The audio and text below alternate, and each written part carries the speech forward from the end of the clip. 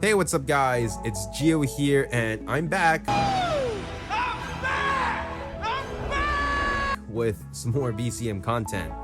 It's a new semester and today I'm covering BCM 300 and I want to introduce you guys to a sweet new board game that I've been playing, and it's not Coup, it's pronounced Coup. As always, let's start off with some background information. The game was originally created and designed by Ricky Toddy and was first published by Toddy's company, Boardgame Games, back in 2012. It wasn't long until Indie Boards and Cards, also known as IBC, swooped in and reinvented the game for mass media. IBC kept the rules of the game from the original, but heavily redesigned the entire look and theme of the game, going from an almost ancient-looking 18th century art style with the characters to almost looking like a cyberpunk-esque futuristic look that screams, "The future is now, old man." So the game mechanics relies solely on deduction, deception, and is made for 2 to 6 players at a time, and each game session lasts about 15 to 20 minutes. So you may be wondering, how do you play this sick game, bro?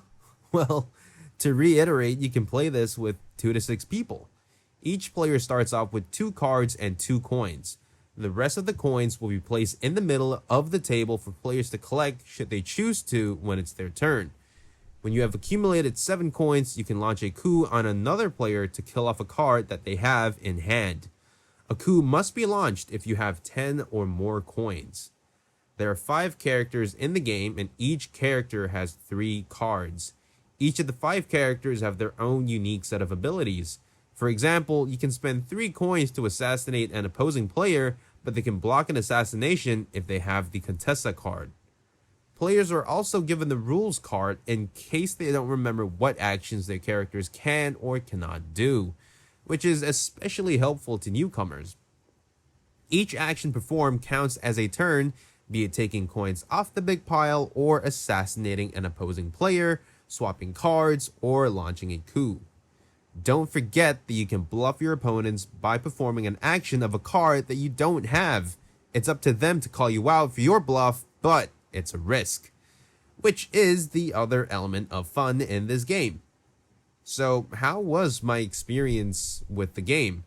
To put it simply, it was a lot of fun. The friend who introduced me to the game taught me the basics, and I was able to pick up the bluffing relatively quickly, or the concept of it at least, because I used to play another game by the name Bullshit. Yes, you heard that right. That is the name of the game, and you can Google it and fact check me. This game certainly creates some sort of tension among players, as you never know who's lying and who's telling the truth. There's an element of risk, as calling out a person thinking that they're lying could also be your undoing. You will be his undoing. This game does involve a bit of luck, as you're dealt with random cards from the start, but I believe there's no bad start, as you can always win through deception and strategy, as you could always bluff and swap cards from the deck whenever it's your turn. There is not one card that reigns supreme. They're all pretty balanced and can cancel each other out if you know how to play the game. For example, captains can prevent other players from stealing your money, and dukes can take 3 coins at a time, and other players can't stop you. But if you take 2 coins from the pile, an ambassador or a captain, or a duke can tell you to put that money back into the pile. It took me about 2 to 3 rounds to really understand the cards a little more and what I could do. I also quite like the style that IBC used when reinventing the game, but futuristic stuff is just my sort of thing, I guess.